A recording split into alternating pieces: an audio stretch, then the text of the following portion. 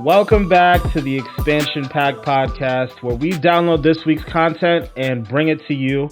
Once again, as always, I'm your host, Danzel, aka Black Ice 8, joined by my two co-hosts, starting off with Manny, aka Goop Master Flex. What's up, bro?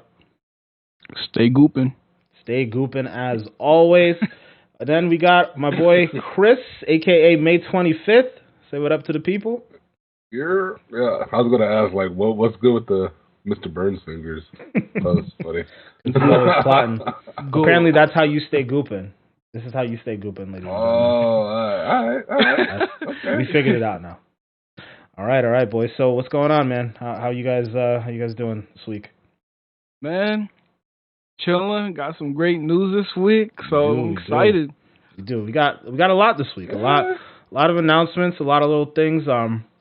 Going on, but we'll start it off the podcast just talking about what are you guys playing this week. So, Manny, I'll start off with you, man.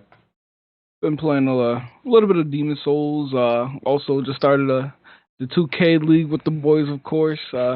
My loved game, but other than that, I mean that's pretty much it. Just jumping between those two. Okay. Yeah, I've also in that league. Actually just got spanked by Manny today. Well, not spanked, but it was a close game. One. It was actually a really close game. My boy Jamal Murray came in clutch. What was the score again? I think you beat me by 4, but it was in overtime. I think it was like 84-80 or 85-80. Yeah, something like that. But yeah, it was a good game. It was a good game indeed. Myself, I've been playing a little bit of Cyberpunk. Which actually just got a little bit of news this week in regards to them announcing that we should be getting our first major update soon. Actually, maybe by the time this is uploaded, that might be up. Not too sure. But yeah, a little bit of Cyberpunk, a little bit of 2K. Just waiting on the medium really right now for me. But yeah, Chris, what about you, man? Yeah, to be honest with you, I haven't gamed as much this week as I'd like to, but small little patches that I've played. It's been mostly just a lot of Cyberpunk. Just trying to I was trying to figure out when I want to start a new character, then I was like, you know what, I want to kind of make my first character pretty god tier, and then I'll make another character because I already know the next character is going to be more like computer hack focused and more stealth and all that stuff. Okay. Right now, I got a lot of legendary stuff equipped to my guy now. So I'm just, trying to make my guy the ultimate killer out here, Okay. So busting through walls and shooting shit. Did you say you actually went through and finished it too? Have you done that yet? No, I didn't finish it. I've still been saving that. I'm at 90% completion for the game. Okay. I'm just curious, so are you waiting to get to 100% to then dive in and then just be done with that character? Not necessarily. I just want my guy to feel how I want him to feel. Up until now, I had a bunch of just random shit on my character, right? So I'm talking about random clothing options with random perks everywhere. Mm-hmm. And then my cyberware was also pretty random. So I had common stuff, purple stuff, a lot of blue stuff still. And I finally got to the point where I grinded out enough money because I've been killing those capacity booster things, man. If y'all don't use those, listen, there's a crafting spec. Make them. You'll get 50% extra capacity for your shit. That means that's more shit you could sell. That means more money. Okay. You know what I'm saying? Stocks. So, yeah, you know what I mean? My money been looking alright. I haven't been spending on no vehicles and nothing like that. So, just been trying to get my character right. Nope. Okay. Mm-hmm. Anything else you've been playing? Well, it's gonna take a little bit of time. I gotta get this off my chest, y'all, because I got a little bit of, I feel I got a little bit of rant. I need some Vicks Vapor Rub for this, because it's been in me. It's in me. So, what I haven't been playing is Destiny. And everybody who knows me, they knows I love Destiny. It's like my favorite game. They know me. They know me. But I have to be honest, we're like, where Bungie's fucking up. So, for y'all out there who pay attention to the game, I'm sure you guys know that they do a TWAB or this week at Bungie every single Thursday. And this is kind of why a couple pods back, we kind of gave them a lot of credit for being very transparent with the viewers, or not the viewers, but the people who play their game and all that kind of shit. And, even to this point, they've still been pretty good with that. But it just, the latest TWAB, man, it broke a back, man. It just, dude. So, Destiny recently, they introduced their sunsetting system because they had a couple of outlier weapons that were too strong, and then no matter what they did with the sandbox, it was like Mountaintop, Recluse. What was the sniper Revoker? Bro, Revoker ran the Crucible, right? It was everywhere all the time. Mm-hmm. So they figured they had to get rid of the weapon, so they said, let's sunset everything. And then that way we could give weapons more of a lifespan, but then it gives us options to like make stronger weapons that we don't have to worry about balancing within a year. And all of us kind of groaned, and we were all like, that's kind of trash, because I really grinded for my weapons, but if you're going to give us stronger stuff in the meantime, cool. It's been, what, almost a quarter of a year of sunsetting so far, I want to say. But they started it back in the fall. Up until now, it's been a complete and utter disaster. And I just got to call it what it is, man. Call a spade a spade. Y'all said y'all was taking away our weapons to give us new, crazy perk options that would blow our socks off that would only exist in the meta for a year. We said, all right, cool. Denzel, you play the game like I play the game, man. You play it like I play it. Mm-hmm. What have they given us in these last 4 months that is so groundbreaking that is just like, oh my God, that it made you feel okay that they took away your old weapons? Like, what have they given us? Nothing. Weapons-wise, nothing. Bro. Armor, though, I'm going to just say real quick, armor, Mask of Backers, oh my God. And for the people out there who think your exotics is safe, there's rumors floating around that they're going to sunset those soon, too. How you going to feel then? Huh? You want your new... they made you grind out your Mask of Bacchus in the Lost Sector, and they just going to take it away from you. Oh, if that's the case, I'm dropping the game. If that is the case, like, I'm dropping the game. Come on, man.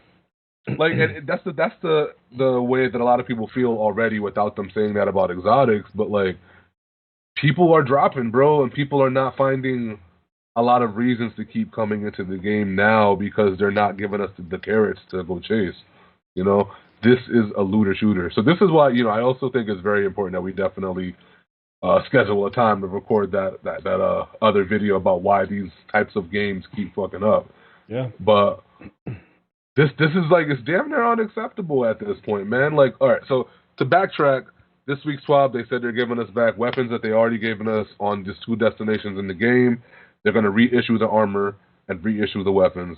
And the ones that you already grinded for that are in your vault, yeah, those still kind of are going to be sunset. But you can go out and regrind them again. And I had a shotgun in my shit that I grinded for a year for because it was really hard to get Dreaming City weapons before. Still in my vault. I ain't sharding it. It's a trophy for me. But it's like a slap in the face, bro, when they do that to you, man. Like come on, man. You can't be out here grinding as hard as you grinding for God rolls on stuff, because that's the whole point of a looter shooter, to get the best version of the weapon you can get. Sure. And you get it, and then they take it away from you, and then tell you they're not even going to give you anything cool to replace it. They're just going to say, here's the same exact weapon that you busted your ass for. Please go bust your ass for it again, only for it to get sunset again in a year. Bro, no, that ain't it. It breaks the incentive. It breaks the whole gameplay loop for a looter shooter, right? Like, that's the whole point, is to get the strongest weapon, get the best weapon, and once you get it, keep it. And then really what you want to do is introduce new weapons that make you not want to go back to that old weapon. But reissuing the same weapon again, that doesn't feel great. So, yeah, I don't love it. Manny, I know you're not a big looter shooter guy, which is okay. But like Chris mentioned, I think what we want to do is have a bonus episode sometime soon where we kind of dive more into looter shooters because it's definitely an area that Chris and I play a lot. We played the Division 2, obviously Destiny. We're looking forward to Outriders. So it's a passion genre for us. But yeah, basically to sum up what Chris said, Bungie, you're fucking up. Get y'all shit together, man. And that's why I'll never play looter shooter. I ain't trying to grind all that hours just to feel wasted. All because Wait. Even if you look at these other games, though, fam, like you look at Division. When you play you do a mission in Division, right? Even though it's not set up in the same exact way as a Destiny, I can honestly say if I go through a mission, there's gonna be at least one item that I get out of that mission that I say, okay, I can replace my older shit with this one item. Whether it be a pair of kneecaps, or not kneecaps, but the knee pads, yeah, or some gloves. You need some new kneecaps. I gotta replace the kneecaps. Okay. This ain't Cyberpunk, you know what I mean? Sorry about that. Oh, bro. But you know what I'm saying? Like, there's always something that you get. It doesn't feel like your time is necessarily wasted. And then, of course, there's no sunsetting in Division. But the system needs to work like that, where it feels like you put your investment in it, and now you have this thing, this trophy.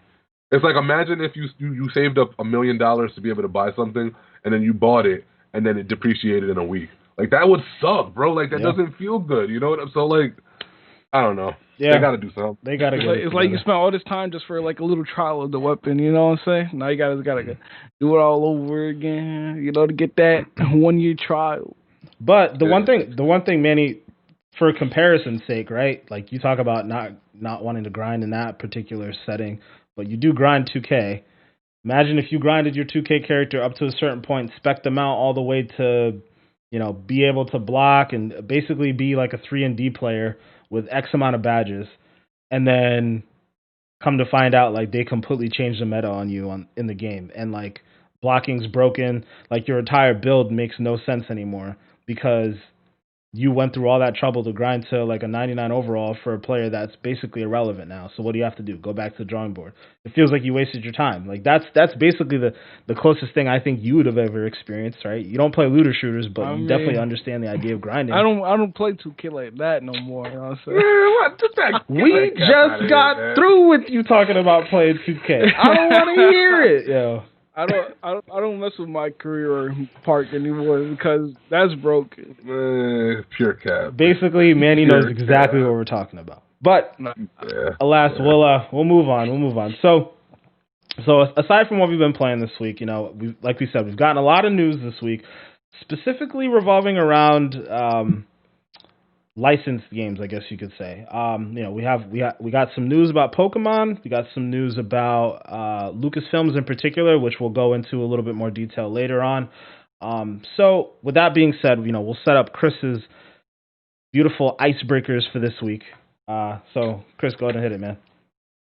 Icebreaker for the week.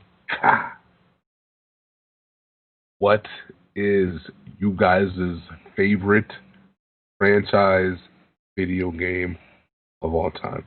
So for people who might not understand the question, something that might have started off in another form of media, but then got so popular that eventually a video game was made for it too. So like, I don't know, any of the superhero movies that come out, some comic book characters, things like that, that have been able to cross over into the video game world. What's your favorite version of that? Okay. Maybe you want to start? So, yeah, I'll start. I feel like I know I probably played a lot. Like, obviously we had like stuff like Star Wars and everything else, but I feel like my personal favorite is like the Batman video games. I feel like the Batman video games always hit, in my opinion. They do. They definitely do a good job. With the combat and everything, the good storytelling, especially with the Arkham series. We know that series alone was a heater. But and then we got the new Arkham games or whatever coming out. I forgot what the game's called, but I can't wait for those future ones to come out, and I'll definitely be playing those. Okay. That's the one that has all the characters in it, right? Like you get to play with Nightwing. The one that's yeah. That shit look dope. I think it's That called one- Gotham Knights. There you go. Gotham Knights. There we It's gonna go. be co-op. I was Manny, gonna say Arkham Knights, but That's co-op. that's gonna be designed like a looter shooter. Just saying. it is. Yeah, Well, I can't play it no more. Man, stop being like that, man. Hater. You want to loot and shoot? It ain't a hater. It's just that there's so much games to play. Like, why do I have to grind just to like? I don't have enough time to grind in one game, especially like kind of grind though, but it's the kind of grind. If it's good, if it's a good game, I feel like the grind is worth it. There are definitely certain looter shooters or looter based games that I just won't play. But like I enjoy Destiny. I think Destiny overall has been a good game. Lately, they've been fucking up with the types of changes that they're making. But I mean, looter shooters.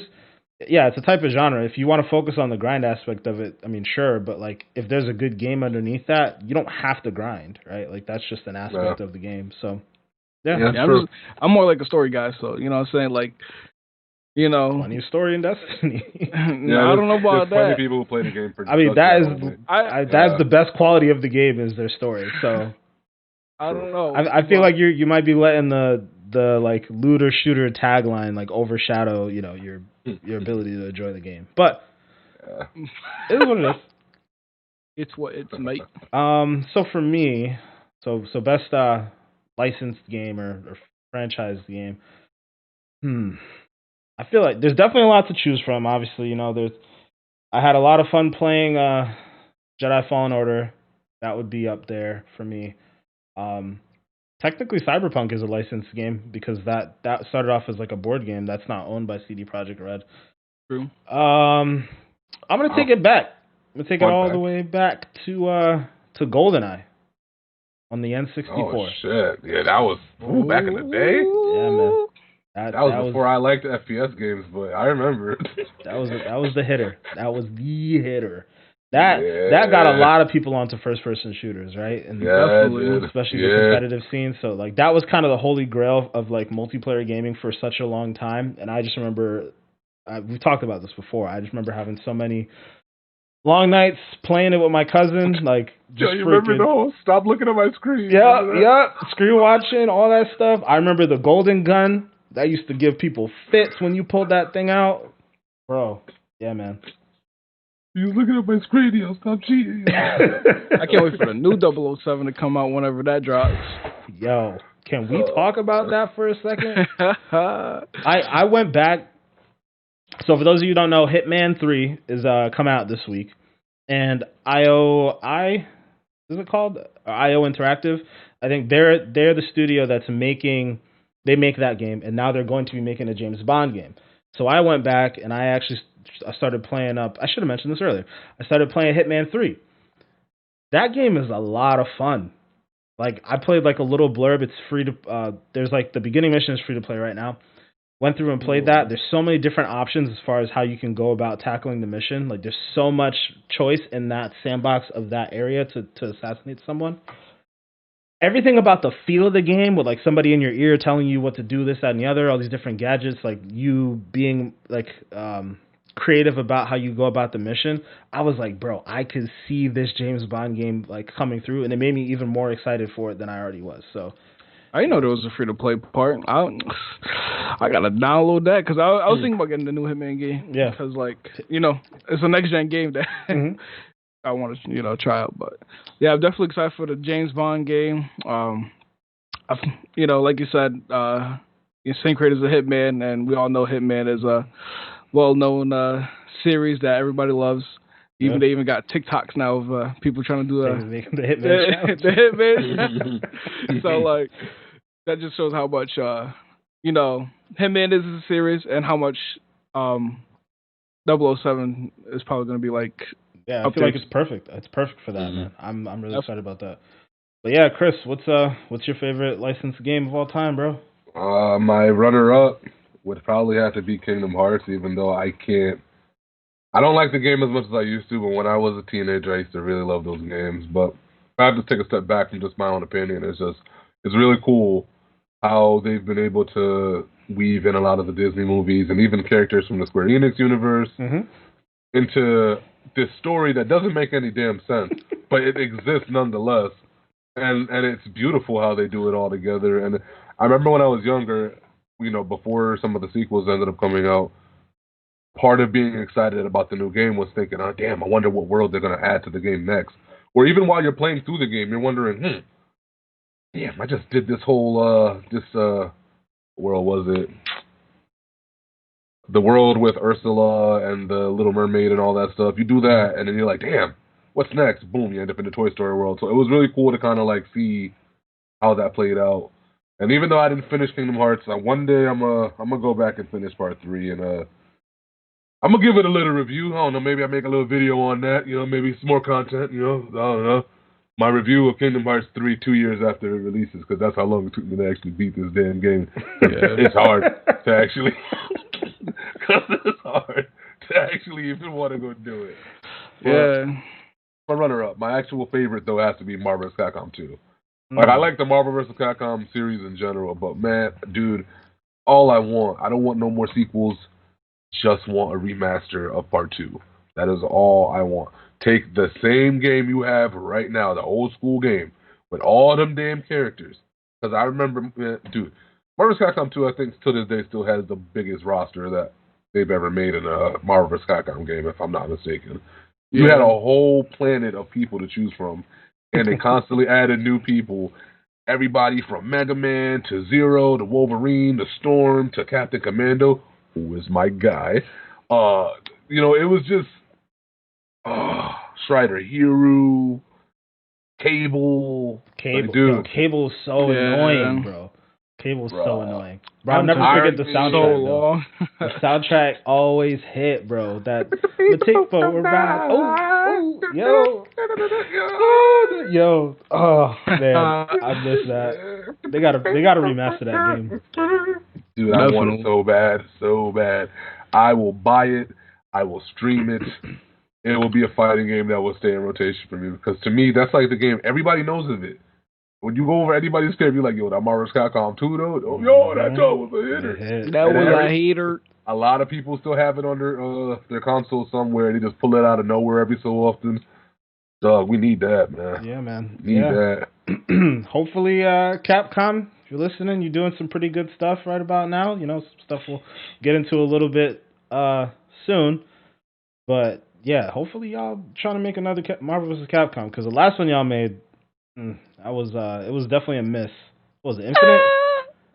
Infinite? Yeah, it was a miss. Yeah, Infinite. With Galactus. It was a miss, bro. We need a massive roster. Like, it needs to get big like how it used to be. Yeah. It used to have like 60 characters maybe in the game to choose from, bro. We need it like that. There's too many Marvel people to not have them in the game. Like, what the fuck, man? Especially now with the Marvel Cinematic Universe being mainstream pretty much. So you give that a battle pass and you release 2-3 new characters every single season, boom.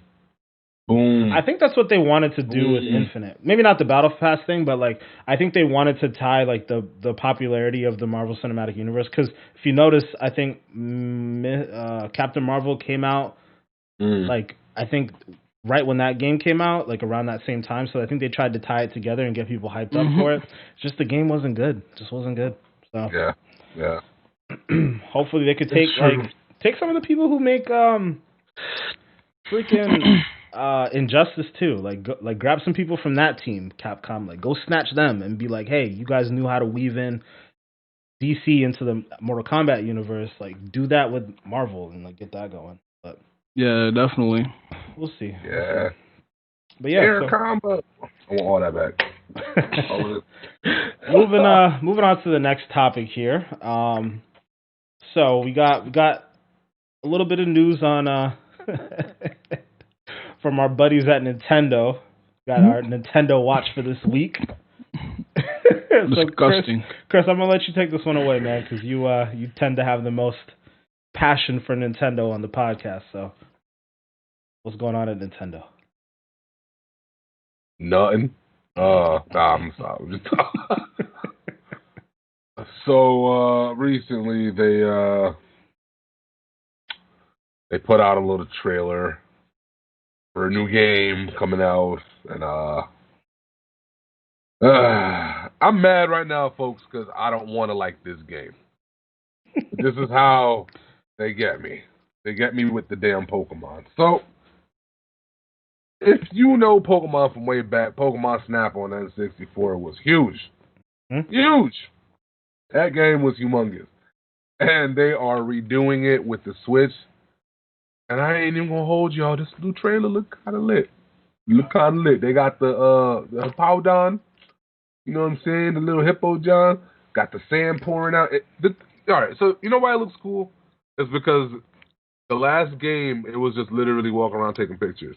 This is clearly the same thing, but like it's almost like you're in their habitats. Because you see them like coexisting with each other and kind of fighting in certain areas. Yeah. And it's almost like you're at some like wildlife The terrain Pokemon or Safari. something. Yeah. Yeah, and I think that's what's kind of cool about it. Stuff like this, I think, would be really cool in the VR aspect as well. But Ooh. I mean, didn't they have that VR headset with the cardboard boxes? They did. They did. But did they? Wait, hold on, pause. What are you talking about? The that Google one from way back? The Nintendo Labo The thing Labo where they had thing. the cardboard Oh, boxes. yeah, They had yeah, one that was yeah. like, yeah, like you put it on your head and you just like boxing and all that kind of stuff. You know what I'm saying? Like, Yeah. but you know, you could probably do something like that with Nintendo Pokemon Snap. Or In my opinion, VR is the biggest missed opportunity for Nintendo. They're so big on like those gimmicks, and I feel like the Switch would have been perfect for it, bro. Yeah. They're like, you just slide the Switch into the headset and like play these little games. You already got the Joy-Cons that slide out, and they're basically the controllers, similar to like Oculus Quest. Yeah. Like that's the biggest missed opportunity for Nintendo, in my opinion. Oh man, we should work at Nintendo. We'd be making the most money. Nah, we would have got fired already, fam. Yeah, We'd have been like, now they would have been like, no ideas, get out. Get out. Like, y'all trying to change too much. Listen, we made all this money without you. We're going to still make it without you. So That's exactly what they're going to say. It's going to be like, we're going to release the same game, you know what I'm saying? People going to spend $60 to take pictures of Pokemon. We good. Oh, my God. Yo, that's the thing that throws me the most with this. Is if this is a $60 game, man. But, yo, deadass people going to buy it, though.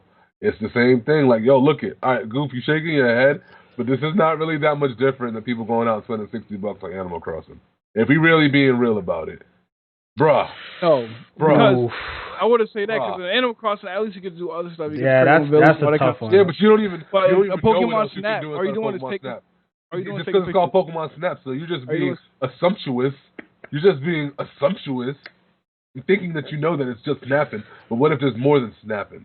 Huh? You didn't If I think want about to snap, that, I'll just open my phone, go to Snapchat. No, Let's do that. All you do in Animal Crossing is plant seeds and herd animals and fish. Based on their press release, they're saying gameplay remains similar to the predecessor. Players will travel in an auto-driving vehicle while visiting various locations, building their Pokedex. I don't know if that's justifiable to spend $60 on. And as much as I'm not a big Animal Crossing guy, there is way more going on in Animal Crossing than that. Listen, do you think they're going to blow the whole load before the game comes out? Clearly, they're just going to give you a little taste. I mean, for all you know, it sounds like that's wishful thinking from you, bro. Because if you're gonna show off a game, I'm not making no excuses for these motherfuckers. It feels like you are. Yeah, I'm doing it for the sake of the argument. All right. Okay. Where y'all coming from. Okay. All right. I respect that. But yeah, if you're gonna show off, people like who think this is acceptable, spending $60 to take pictures, it's disgusting. Yeah, I mean, they haven't. To be fair, they haven't said that the game is outright $60, right? But we can only assume. I mean, let's be realistic. Yeah, I know. We can only assume.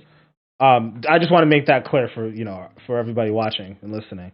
So assuming it is $60, that's kind of highway robbery. It's kind of wild.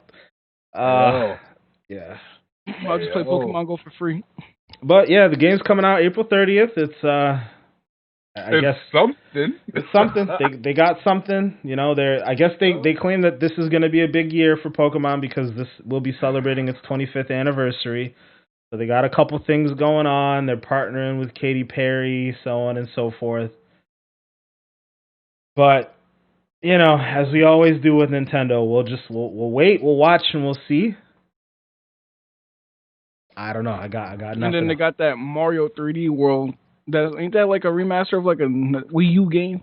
Yeah, like I'm looking at it right now. It is a Wii U game, and they're gonna push it out for $60 again. I guarantee it. Oh, This is not acceptable. We want new games, not the same old games. Because if that wasn't becoming a thing at Universal, I would want nothing to do with these dudes. But I do want to go see the Nintendo World, so I'm not gonna act like I don't. Oh, I definitely want to go.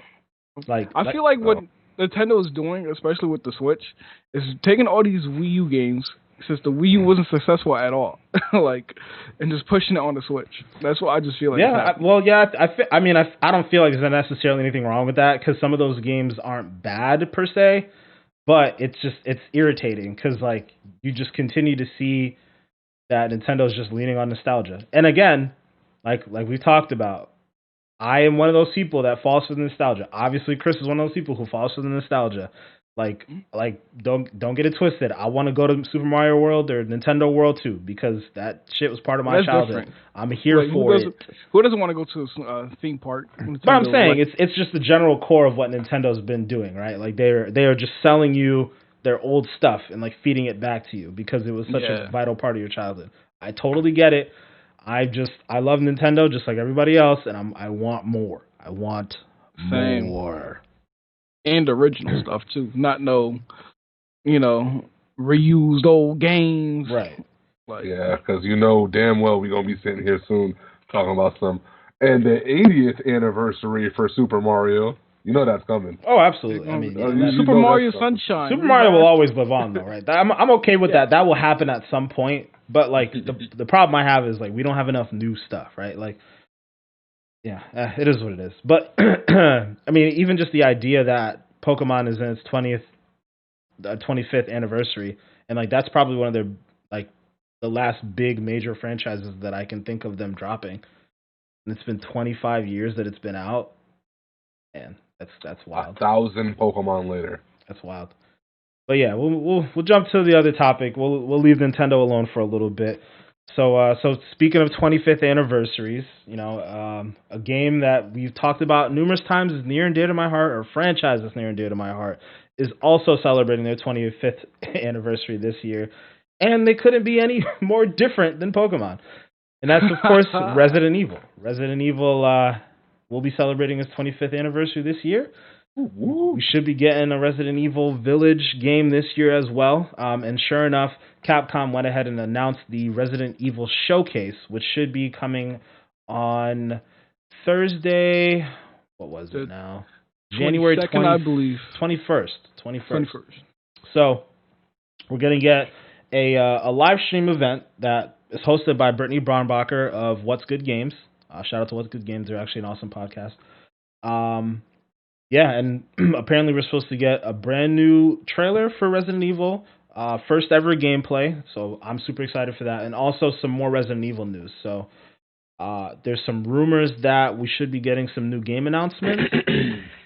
I'm really hoping for, in addition to obviously seeing more Resident Evil Village, I'm hoping for a Resident Evil 4 remake.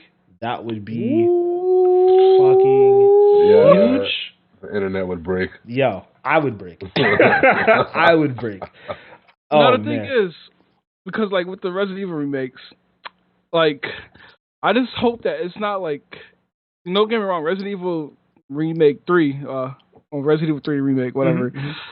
It was a good game, but I was kind of disappointed it wasn't like the original, which was like the same thing with Resident Evil Remake 2, which I feel like is going to go to the same path where it's going to be like a little shorter story than what, we know to play. Two? I mean, three I'll give you was short. I absolutely agree with you. But two? I made 2 in 3 hours at my second playthrough. Okay, your second playthrough. Like what? What do you mean? The first time was different because I was scared, and then but the game is designed. So Resident Evil 2 is designed for you to play it like twice, right, through each character's vantage point. So I definitely agree with you. Resident Evil 3 is short as hell. Absolutely agree with you. Mm-hmm. Resident Evil 2 is not short. I don't know what you're talking about, bro. It's not short. I mean, especially compared to the original game. I don't feel like it's. I feel like it's about the same. Well, you know what?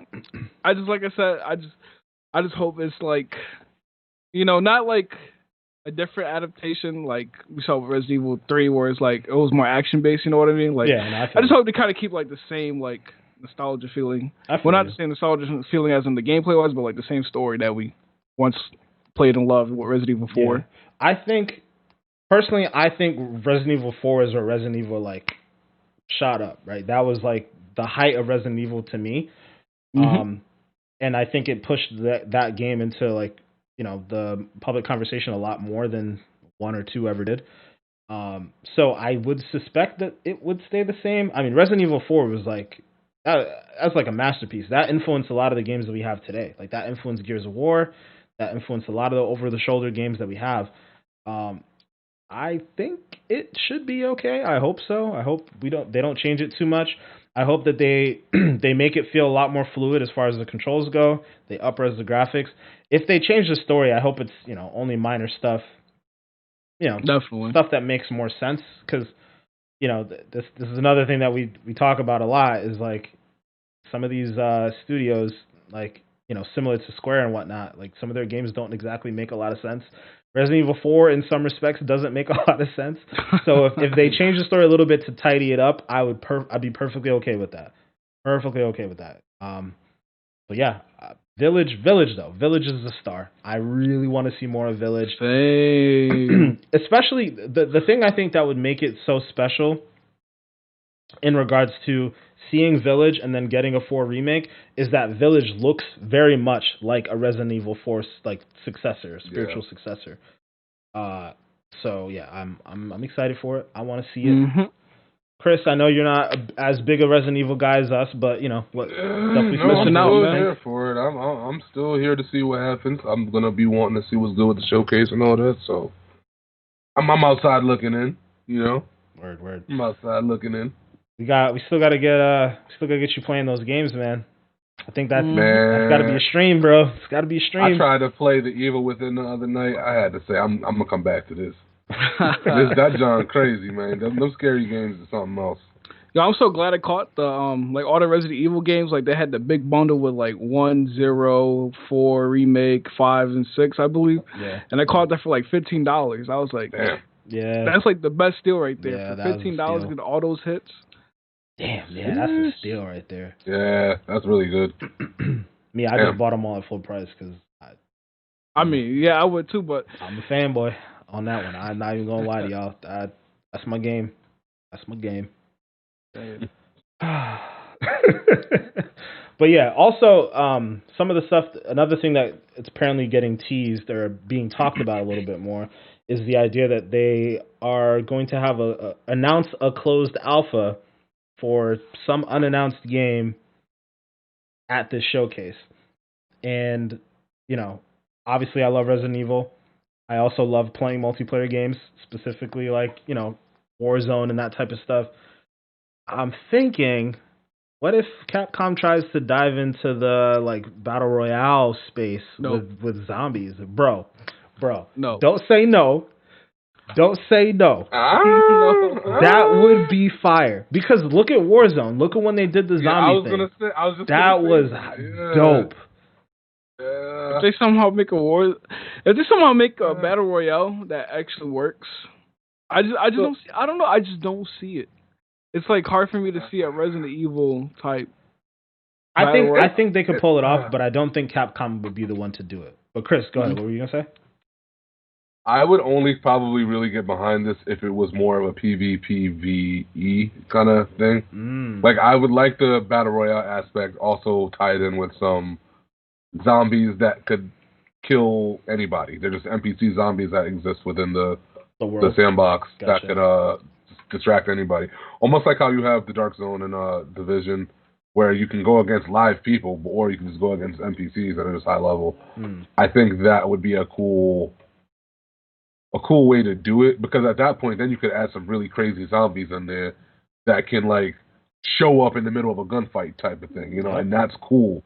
One of the coolest things about games like not to segue too much, but like a Monster Hunter, was when you used to be out there hunting a certain monster, and you knew that at any moment another monster could show up and enter the fight, and you could literally take a step back for a second and watch the two of them fight for a second, and then one of them might get smacked up a little bit, and then one of them starts looking at you again, and it's just like it's this big. How do I put this? It's like the whole environment's very alive. Right, yeah. It's kind of ironic to say that for like a zombie game, but like it's just that would be cool, man. Yeah. That'd be really cool. Dude, I think it's interesting that you bring up that parallel though, because that's Capcom. That's 100's Capcom. They didn't do that on purpose. That's a good segue, bro. If they looked at it like that, if they were looking at it from the frame of mind that you just outlined, that would be so cool, man. Like, I'm not expecting it to be like Warzone where you have 150 people, all that stuff. I honestly don't know if Capcom can handle that type of stuff. But even if it's like 50 players on a map and like, squads of 2 or whatever it is, or if it's just a free-for-all, however you want to structure it. And like you still have the zombies who are NPCs, or like if you die, you turn into the zombie and like, you're one of the people who are one of the zombies who are fighting. Like, I feel like there's so much possibility there. What I don't want is another Resident Evil Resistance. Like the multiplayer game that they tacked on to 3. Like, that was so disappointing. Yeah, it was kind of cool, and like, I had a little bit of fun playing it the first time I tried it, but I feel like it would be a bit more fun if we actually had a group. But still, it's just not. It's just not. Like I picked up once, and I was like, nice. Yeah, exactly. Delete. Exactly. It was like, this is something I want to. We'll try it. Nice. Whatever. I kind of wish, like, I know, like, this is probably not gonna happen for a while at least. It's like, I kind of wish, like, we had like another co-op Resident Evil again. Like, I miss a nice co-op story. I know, like, when they did 5 and 6, those were co-op, I believe. Yep. And like, people said it was more like an action game, but like, if you could pull off like a co-op horror type of thing, to keep the suspense and all that kind of stuff, I'll be down. Dude, especially with a Resident Evil. That would be dope. What I wish they did, what I wish they did is with 2, if they had reinvented the story a bit and made it play more like, remember A Way Out? Yeah. Where, like, more often than not, the players weren't exactly together; they were apart, and that's exactly how the story plays out in Resident Evil 2. Where Chris and Leon and Claire are like separated more often than not, but there are these moments where they're like close to each other, but they're like separated by a barrier or whatever. I wish they would do something like that as far as co-op goes, and like we don't necessarily have to be together because sometimes that can take away from the horror aspect of it, but you create these tense situations where, let's say, funny enough, everything always ties together, right? Similar to The Medium, right? So we talked about last week The Medium, where you see your character in the top side, and then in the bottom side you see your character in the upside down. The top side that your character is in, like the real world, and you have the out of body experiences where you're trying to have your character go do something, solve a puzzle or whatever, to save your character's life in real time, in the real world. Well, you flip that into Resident Evil in a co-op scenario. Now it's like, okay, let's say I'm Chris or whatever, and I'm stuck with my back to the wall, and there's a bunch of zombies coming at me, so I have to fight the zombies off, and then you as Claire or whoever, Jill Valentine or whoever you want it to be, will like solve some puzzle to get the door unlocked so that you're out. Like, I want those types of puzzles, man. I want that type of co-op going in more games. Like, that would be so dope. Definitely.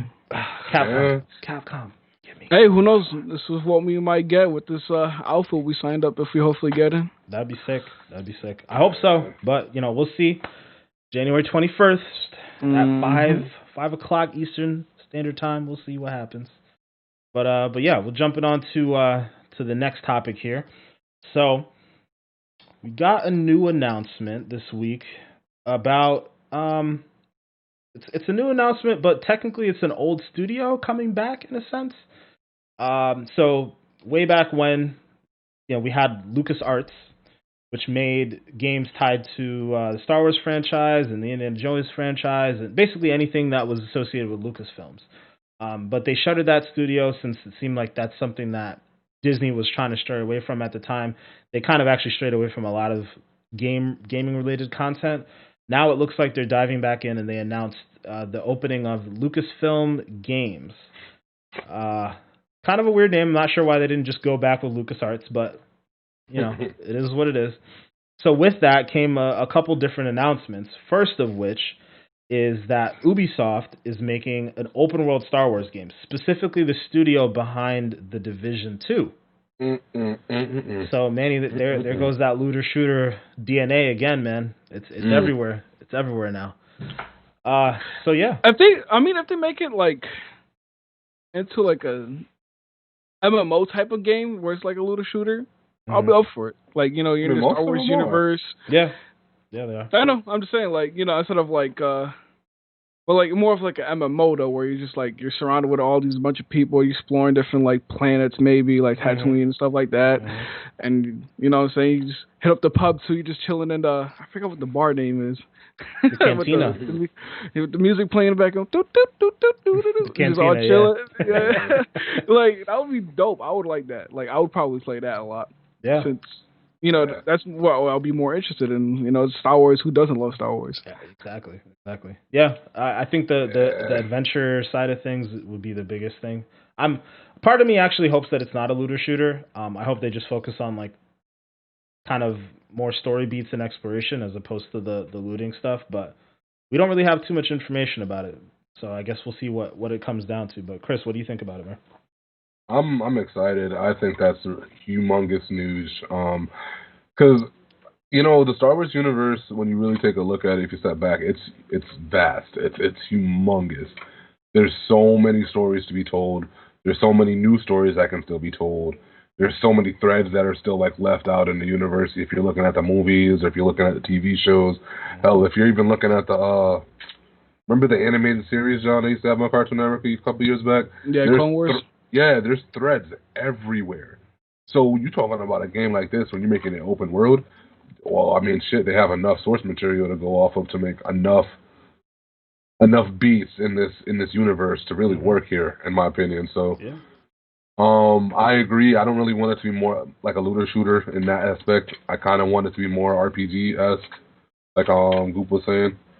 Like I want it to almost be in a sense where like there's rare stuff, but like I'm not looking for like a couple difference of stats on one weapon to the next. You know what I'm saying? Yeah. Like it should be a situation where like, oh shit, I found this super dumbass lightsaber in this cave one day. But the lightsaber that I find is not any different than the lightsaber that say you find or something like that. Because I don't want it to be anything like that.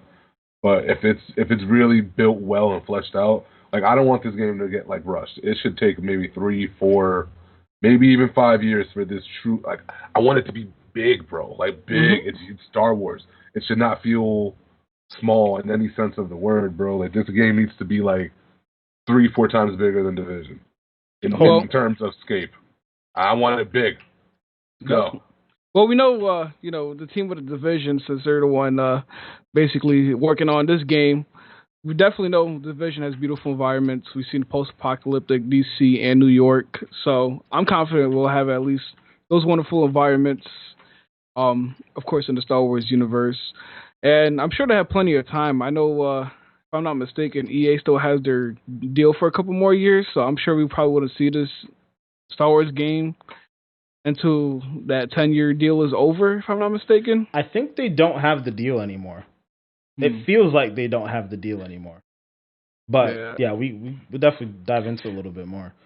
Yeah, but like even so, like I'm sure they just announced it now, so it's not like right. Yeah, it seems like it's very definitely early. years in development still. Very very early. I still can't believe that, man. Like, how do you think EA even feels about like not being able to be the sole people to come to for these kind of games anymore? Well, like, I was gonna say I kind of feel like this is good in the sense.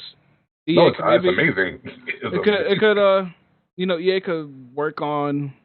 It has its multiplayer side where they had the Battlefront series. We know EA and how do I forget the other one? DICE made, of course, the Battlefield series, so they can handle that kind of stuff with the Battlefront, and then like maybe Ubisoft more of like the massive multiplayer side or like an RPG side. EA could probably still do, of course, its story games too. Like we don't want to see the Jedi Fallen Order go to waste because of that game was still a great game. Yeah, that's true. Yeah. Jedi Fallen Order was amazing, and I'm gonna keep banging the drum for that game, as I've talked to you about many times, Danny. I'm super glad, obviously, that EA no longer has that license or that exclusivity. It seems like I'm also glad that it's not being given exclusive access to another studio. I think Disney and Lucasfilms, they're doing a very smart thing by diversifying it. Letting Ubisoft do what Ubisoft can do with a very specific type of game that fits that style and that studio. And then it seems like they're still going to let Respawn do their. They would be stupid not to let Respawn continue to have creative freedom to make another Jedi Fallen Order or whatever it is that they're going to end up doing, because that game is absolutely amazing. I think even Battlefront is a great game too, right? So it's not like EA's been all duds here, right? Like I don't think that the games that EA's made for Star Wars have been bad. It's just that it seems like they've had a lot of canceled games, and that's where the problem lies. I think they've had 3 games in particular. I think both of them were from Visceral, and obviously that's Visceral Studios got closed, so that means those projects got canceled. And I want to say, they had another Project Orca from EA Vancouver. So that was another game. I don't think we ever actually saw it, but that got canceled as well. So it's not really a great look that you have this license. You've had this license for the last 8 years, and you've had almost more canceled games than games that you've actually released. Obviously, I know that's the nature of game development, but when you have a franchise that's as prestigious as Star Wars, if you're making a Star Wars game, there's a large subsection of people that are just going to buy it because it's Star Wars, right? And you don't have that many games as it is. I'm really looking forward to getting back to the days where we were getting consistent Star Wars games like Jedi Academy, the fighting game, Force Unleashed, Rogue Squadron. Like, I want to get back to that time where we were just getting games. And I hope this means that, I don't know if you guys remember this, but there was a game called Star Wars 1313. That was the last game that LucasArts was supposed to create. That game looked fucking sick. It was supposed to come out for the Xbox 360, and it just kind of disappeared. And eventually they announced that it got canceled. But the game looked so cool. Basically, it looked like the Mandalorian, the game. That's exactly what it looked like. So I would hope that maybe they might decide to take the Mandalorian and make a game out of that. I don't know if I exactly want to take the Mandalorian exactly, but just bring back 1313. Somebody somewhere go make that game. It would be sick. Hopefully it's Respawn again. Man, yeah. I definitely agree. Super excited about that. Super big. Yeah, man. Chris, is there so what do you think the game would be from Massive though? Like, obviously we don't have any information, so we're definitely diving into the speculation side of things, but what do you think they could do with that license? If I had to think about what the game could be, in terms of open world especially,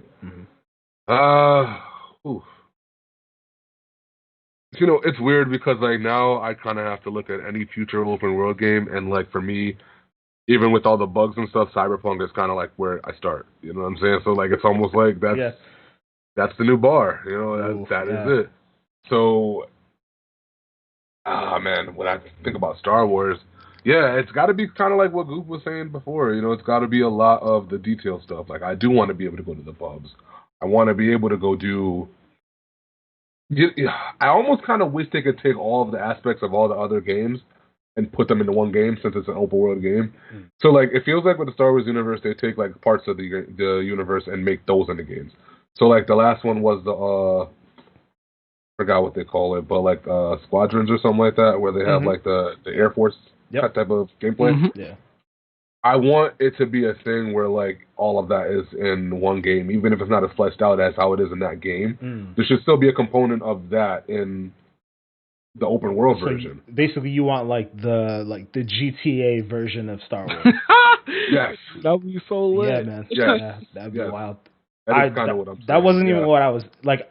Even though that's like the first thing most people go to when they think of open world, like my brain wasn't even like thinking of it as that all encompassing. And I think that is because the games have been so segmented in the past, right? Like Fallen Order is very specified to, okay, this is an adventure game where you're a Jedi. Then Squadrons, like you said, that's like you are a pilot and that's all you do is fly. Like you're right, there hasn't been as much diversity of experience in one game in particular. So I think that would. I think you might just done something there, Chris. That was a hit. Man. Imagine, yo, you know how GTA has, instead of having the flying bikes, you just chilling on the flying TIE fighters, just choo choo choo. I'm thinking about the races, man. For like not even with the squadrons, but what do they used to call those races that they used to do on the pod racers? Those, yes, dog.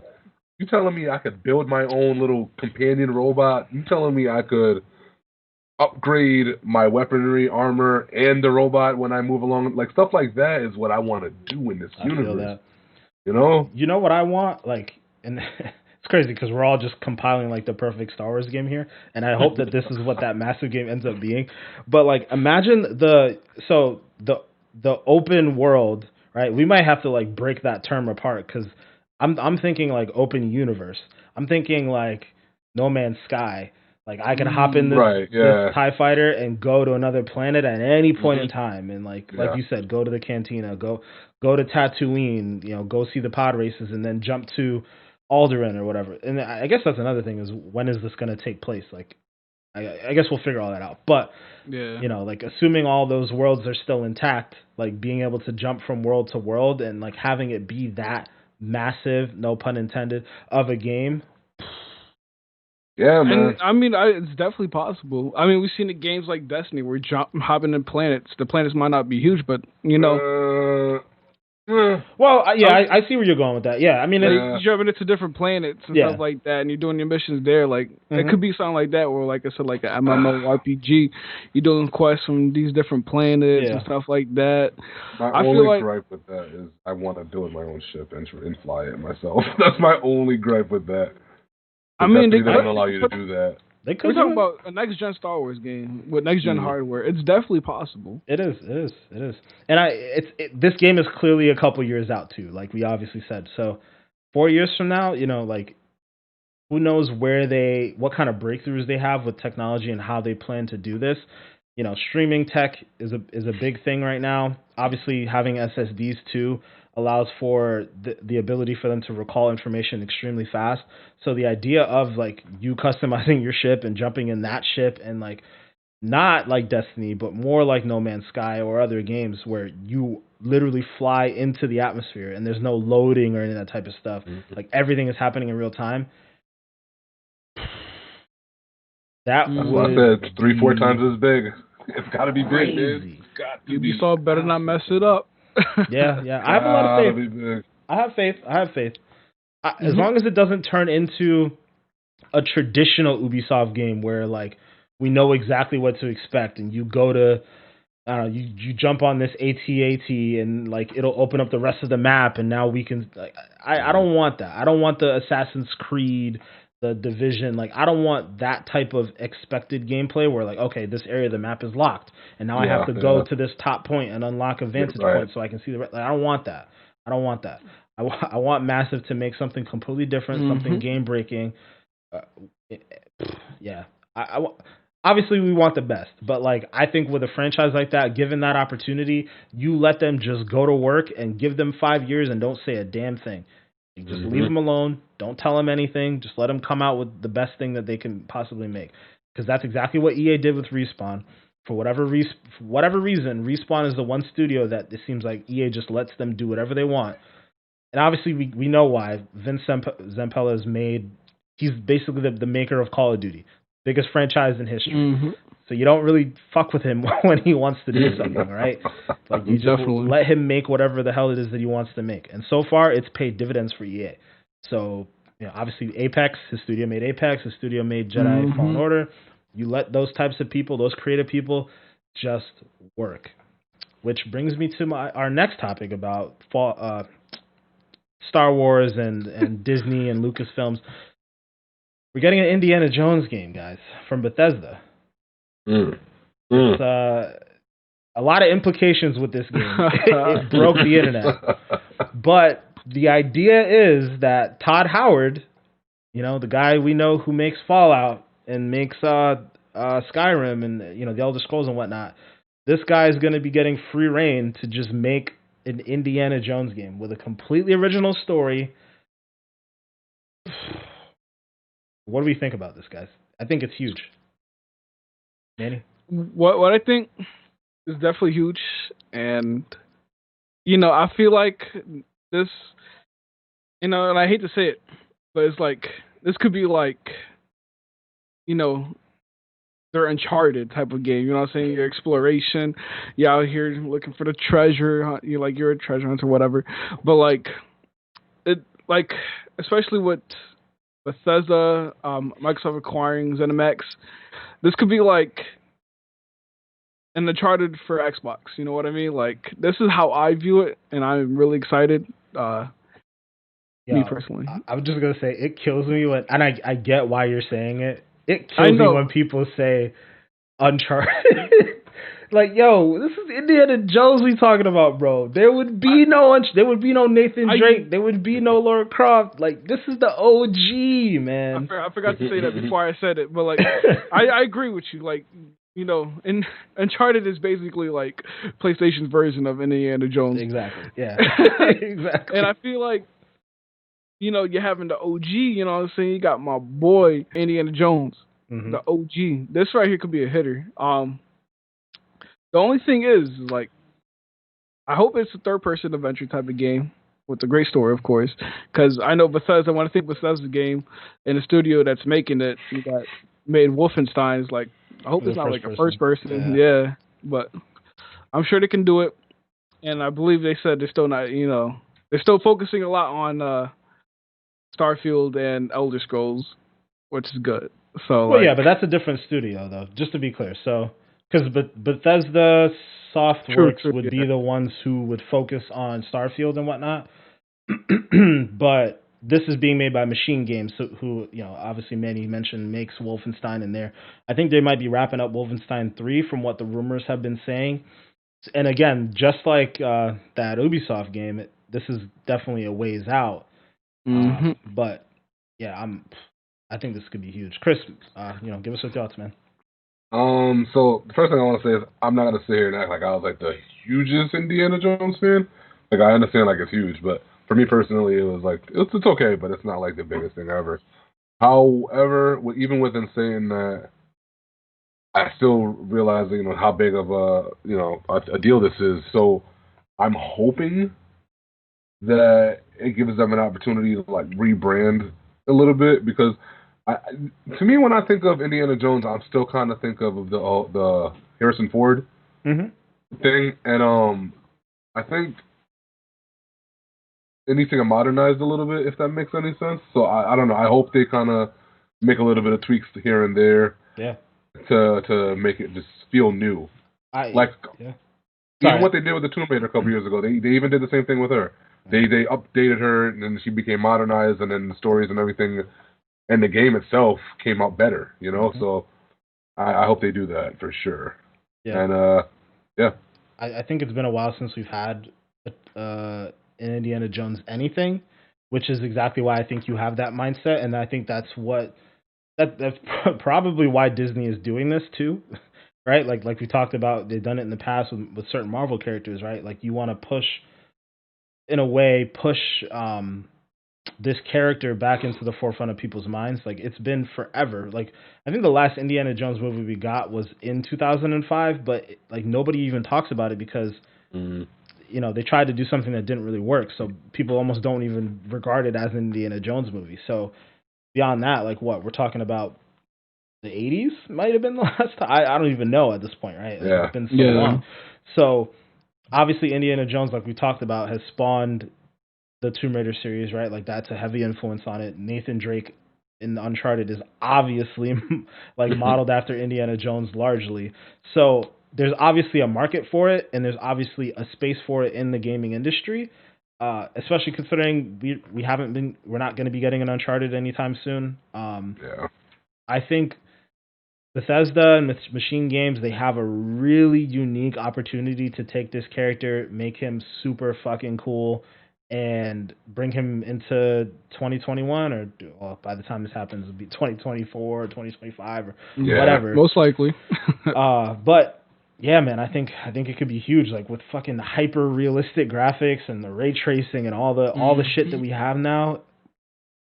Y'all remember that the trailer that came out before the consoles released that pretty much showed off of, I think it was like an example of what the Real Engine 5 or whatever could do with the ray tracing and all that shit. Mm-hmm. Yeah. And they showed that like the Tomb-esque gameplay or whatever. Yep. That it could be crazy. It could be crazy. Yeah. Definitely. You know, Man, it could be crazy. Oh my god! Like now I'm like tweaking because this obviously won't use Unreal Engine because Bethesda has their own software they use or engine called idTech, but idTech, I think it's 6. They've showed off some stuff from it. It's either idTech 6 or 7 at this point, but like some of the ray tracing effects in that, like that stuff actually might look better than Unreal Engine, which is wild. Shit. So, man, the possibilities are endless for what they can do with this Indiana Jones game. And obviously, like having someone as legendary as Todd Howard, like we talked about with Vince Zampella and the Respawn team, just letting Machine Games just sit there and do their thing, and like nobody bother them or tell them anything.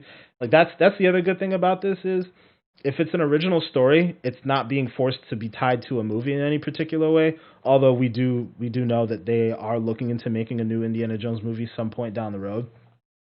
But usually those games like this are worse when they have to be tied to a movie because the studio is kind of like hamstrung.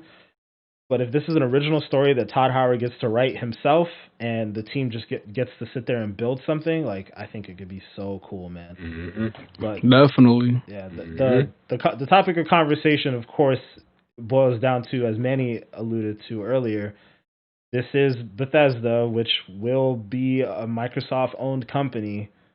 Mm-hmm. Is this game going to be exclusive to Xbox? Like, I think it's going to be a really interesting topic. Chris, what do you think? I think at the very least, what we see, more of my body leans to yes. But I think at the very least, if not just being exclusive, it'll be a situation where it gets released on Xbox first for like a year or two, and then maybe later on they'll release it on the other consoles. But there's going to be, like, let me put it this way. I think a lot of people are being hopeful that Microsoft is going to continue to play nice in terms of using Bethesda and spreading all of their wealth across all of the platforms. I think eventually it ain't going to be so nice no more. And that's just my opinion. Yeah. I think eventually they're going to start getting really cutthroat and saying, listen, no, we bought them for a damn reason, so that way y'all don't have them. No, we're not going to make everything available across every platform. And with something like this, if they were decided to say, middle finger to y'all, no, this Indiana Jones game is an exclusive game for Xbox, that's crazy. Huge. It's big for Microsoft because it's like people are going to want to check this out because, again, the name value is huge. So people will automatically be like, Indiana Jones, whoa, let me see what's going on. Mm-hmm. So, and if it's actually good, and if it actually does get to the level of, say, an Uncharted, because it's funny because, we all recognize that those games stemmed from what Indiana Jones started off as, but in terms of video game relevancy, they haven't made an Indiana Jones game that's been even halfway near the hype as like a Uncharted game. So like if this game gets to this level for the Microsoft crowd, that's pretty big, man. That's like goddamn. Yeah. That is pretty big. Definitely. So that's a big game. It's a big I'm gonna say that I think this is the game that maybe they don't play so nice with.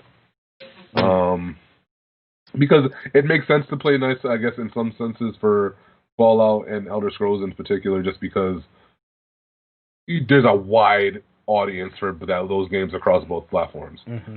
When it comes to their like not so big names like The Evil Within Like what else is one of their games?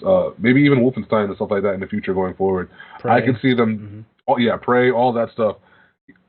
Outer Worlds. Well, that's Obsidian. I'm sorry, but even all those games, I think are going to start to slowly but surely become more of a Microsoft thing. Yeah, like they're not going to keep playing nice, bro. I know that. They're not going to do that. Unless the money is there for them to tell them you need to be doing this. And the only ones I see them really having to do that with is the ones I mentioned. Yeah. These little ones? Nah, bro. The little ones, they're going to be... Nah. Not if I'm the person running the company. Why do I have to keep playing nice with everybody? For what? Nah, man. You got to keep some things in-house. Yeah. And this should be one of them. I feel that. Yeah. Manny, what about you? What do you think? You know, I'm hoping it's kind of more of like the Xbox exclusivity type of thing, because like, you know, Xbox or Microsoft bought ZeniMax, so you know what I'm saying, like, you don't want to just buy ZeniMax and then still like dish out content to your competitor. Essentially, it's like you want to show people that this is the place to play. So if you have like, you know, Indiana Jones Xbox exclusive, or just, you know, Microsoft exclusive, or they have the, you know, Xbox on PC as well and all that kind of stuff, then I would say it would be just like a smart move to keep games like this, you know, and even future games like Elder Scrolls, the new Wolfenstein and stuff like that exclusive, so that they can, you know, basically just have that first party game power that they've been missing out on last generation. Absolutely. So to jump off of what you guys said, I've said it time and time again. I think Starfield is going to be exclusive to Xbox. I think as soon as we get a closure on the purchasing of the studio by Microsoft, I think we're going to get a full-fledged like announcement on Starfield and what they're going to do with it and all that jazz. I think moving forward, Fallout and those other games are going to be exclusive. I think with Indiana Jones, though, I think it might not be exclusive. As much as I think it would be a good get for Microsoft, I don't even know if it would be one of those situations where Microsoft would have any say in the matter. I think with licensed games like that, if I'm Disney, if I'm thinking of it from Disney's standpoint, I would want the game to be on as many platforms as possible.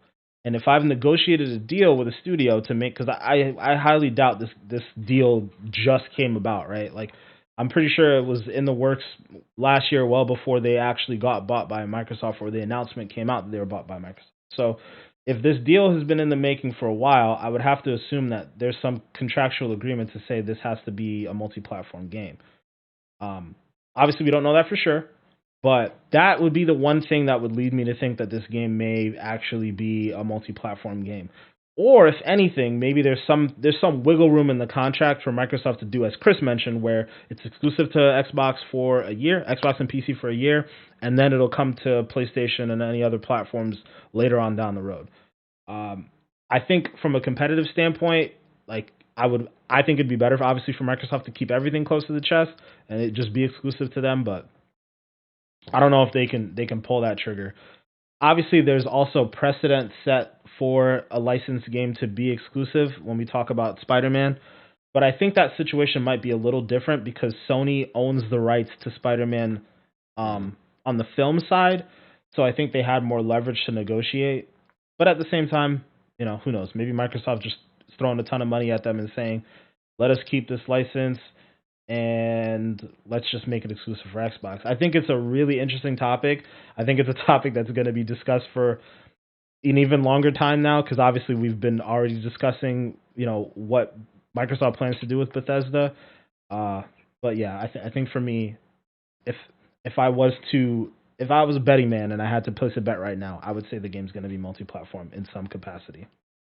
That's a good argument. Good argument. Okay.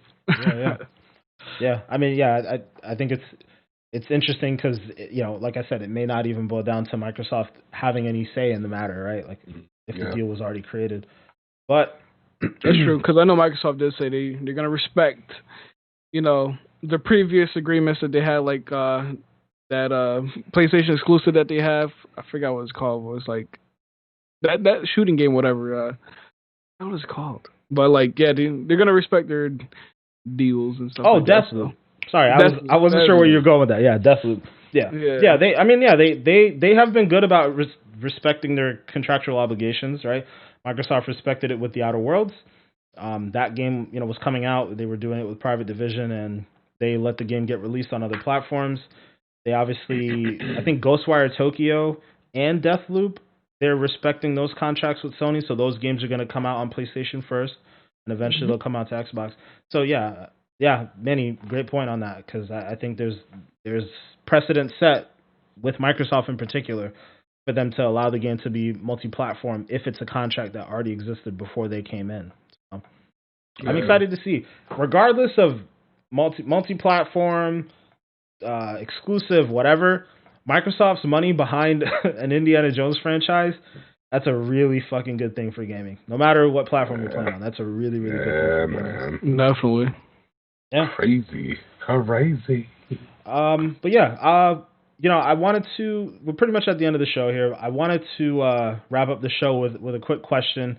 I know we already talked about what we think is our favorite licensed game of all time.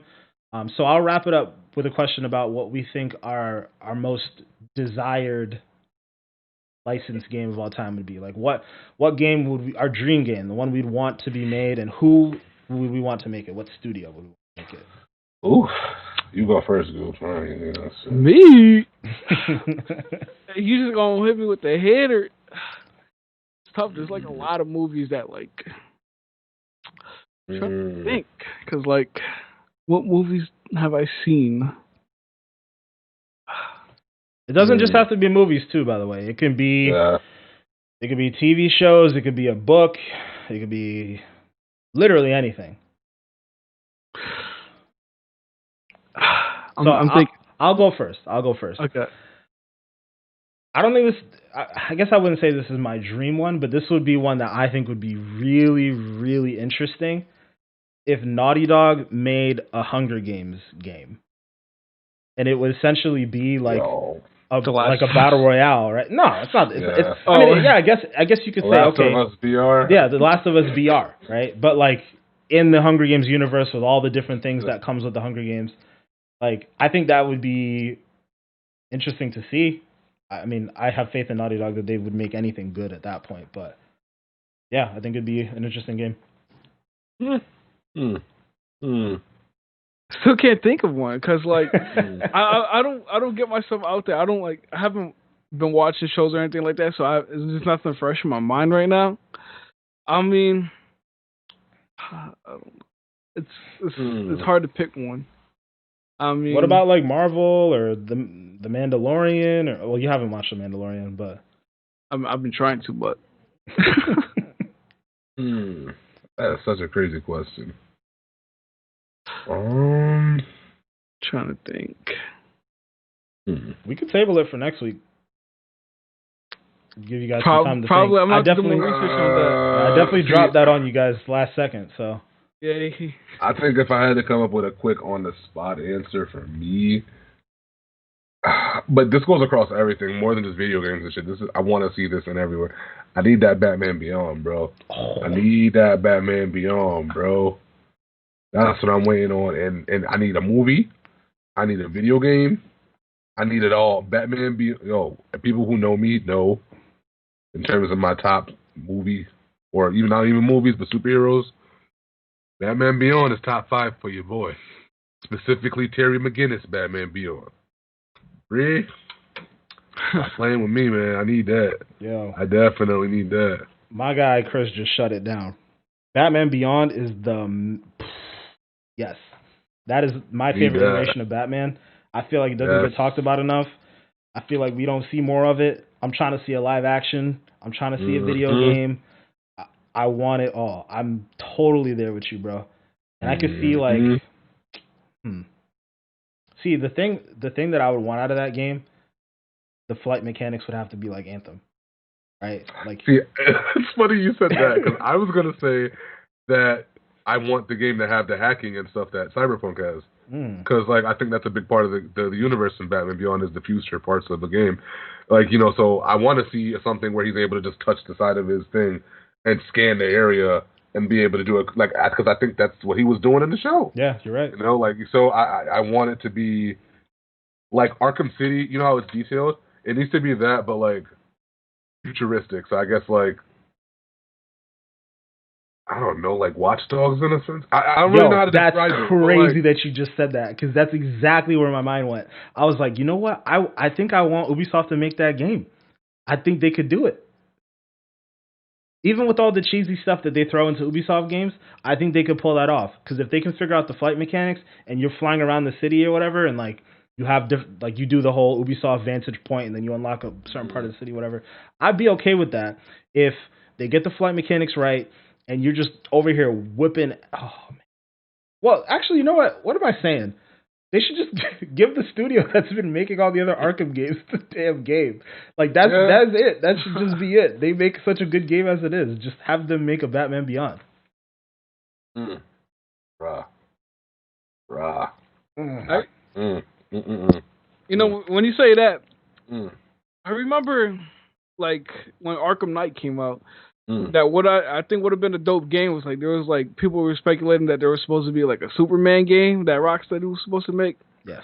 If Rocksteady would have made a Superman game, I think that would have been a hitter. But I agree. I don't know what happened to that. It probably is not going to happen because it's probably like a difficult game with the flight mechanics and all that kind of stuff. But they could have. I think that would be like my pick for like a licensed movie into a game. Okay. I'll say Superman game from Rocksteady would be dope. Bird. Okay. Well, viewers, let us know what ideas you guys have for a licensed game in the comments. Obviously, as always, make sure to like and subscribe. Before we head out of here, as we always do, Manny, let the people know where they can find you. You already know. OnlyFans. Let me stop. You already know. Every week. I was about to say every week, bro. Instagram, YouTube, Twitch, Twitter, Goopmaster Flex. Twitter. Besides the exception of Instagram is Goopmaster Flex _TTV. But other than that, everything's the same. You can find me on Twitter. Twitter. All right, bro. Chris, what about you, man? Where can we find you, man? Oh, man, y'all already know. I'm on everything at MAY25THXX. You know, and that's me on everything. Gmail too. You want a pen pal, your boy? That's it right there. You know what I mean? Oh man. Yeah. All right. Well, for me, as always, you know, it's Black Ice 8 on Twitter. On that one Twitch. Yeah, Twitch, Xbox, Twitter, PlayStation Network, Steam, pretty much everywhere. But the only difference is on Instagram, it's blackice8_gaming. So make sure to check us out. Thanks again for watching, guys. We will check you out in the next one. Peace.